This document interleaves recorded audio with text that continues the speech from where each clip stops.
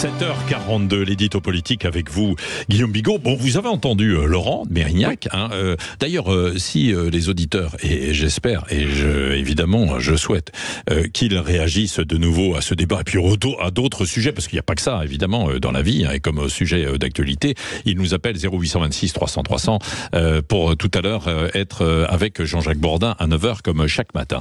Bon, qu'est-ce que vous avez pensé, vous, de ce débat, Guillaume Bigot? Alors moi, je vais me placer du côté du politologue et l'observateur, un peu neutralité axiologique. Je dirais que c'était assez décevant. D'abord parce que si on tient compte du poids politique des deux protagonistes, c'est-à-dire le Premier ministre en exercice, le leader de l'opposition, mais aussi, je dois dire, de la virtuosité de ces deux Mozart de la politique... peut-être c'était un peu comme un film qui est très attendu et finalement on se dit qu'il n'est pas tout à fait à la hauteur de nos attentes. Parce qu'on n'a pas senti deux visions, on n'a pas vu deux stratégies, deux philosophies politiques s'affronter très clairement. On a eu encore des discours assez formatés, des éléments de langage avec ces fameux exemples concrets parce que le terrain ne monte pas, etc. Voilà, bon... Et puis, surtout, j'ai trouvé que la journaliste qui animait le débat, Caroline Roux, était assez partisane. D'abord parce qu'elle donnait systématiquement la parole en premier à Jordan Bardella et qu'elle n'hésitait pas à le couper. Et alors, vous avez peut-être trouvé le commentaire un peu partisan, justement, mais pas du tout, parce que lors du débat entre Valérie Hayé et Jordan Bardella, c'était Benjamin Duhamel, cette fois-ci, qui avait plutôt avantagé Jordan Bardella. La neutralité, évidemment, c'est très difficile, mais c'est quand même préférable. On peut aussi regretter l'absence des autres têtes de liste. Alors, ça, vous regrettez l'absence des autres têtes de liste. Il ne pouvait pas y avoir de face-à-face dans ces conditions. Alors, il y a eu la remarque de François-Xavier Bellamy, d'ailleurs, puisque lui, il est intervenu avec d'autres candidats par la suite. Vous suivez ce qu'il a dit, Bellamy ? Écoutez, il parle de mise en scène et de déni démocratique. C'était un peu trop, bien qu'il ait marqué des points et que c'était un peu lui, finalement, le vainqueur du débat hors débat. Par contre, il n'a pas tort sur un point. C'est-à-dire que, d'une part, le Premier ministre n'est pas candidat, et d'autre part, le Premier ministre représente une liste qui n'est plus qu'à un point de la liste suivante, celle de Raphaël Glucksmann.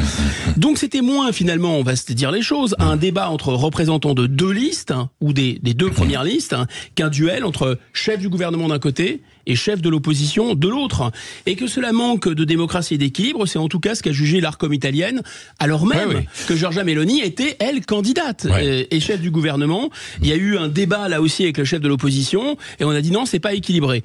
En tout cas, ce qui est sûr, Patrick, c'est qu'à mon avis, ça montre une chose, c'est que la démocratie fonctionne surtout à l'échelle nationale. Ce qui intéresse les Français, comme ce qui intéresse les Italiens et sans doute les autres Européens, c'est quand le gouvernement rencontre face à une opposition. Et je pense d'ailleurs que la conclusion qu'on peut en tirer, c'est sortir la démocratie de la nation, c'est un peu sortir un poisson de l'eau finalement. Bon, brièvement pour terminer, est-ce que c'était une erreur alors pour les deux protagonistes d'y participer ou pas? Non, ni pour l'un ni pour l'autre. Pour Bardella, le dispositif là a fait de lui l'adversaire naturel du Premier ministre. Ça a légitimé sa stratégie, celle du RN de faire de ce scrutin un référendum anti-gouvernemental. Et même si Attal a remporté un peu, je pense, d'une courte tête, je pense que ça changera pas beaucoup le résultat. Pas non plus une erreur pour Gabriel Attal. Pourquoi? C'est d'abord parce qu'il se devait de se servir d'arme anti-Bardella, c'est un peu pour ça qu'il a été nommé. Et puis, même si c'est un désaveu pour la tête de liste du Renew, en fait, je pense que le camp macroniste ne pouvait pas laisser le parti présidentiel entraîné par le fond par Valérie Hayé. Donc il était obligé de réagir. Oui, tiens, on verra aussi ça avec Clément Beaune, qui sera l'invité, l'ancien ministre, qui aurait pu être la tête de liste pour la Macronie. Jean-Jacques Bourdin lui demandera, il lui demandera pourquoi d'ailleurs, il ne l'a pas été. Allez, nous poursuivons. Sud Radio vous explique.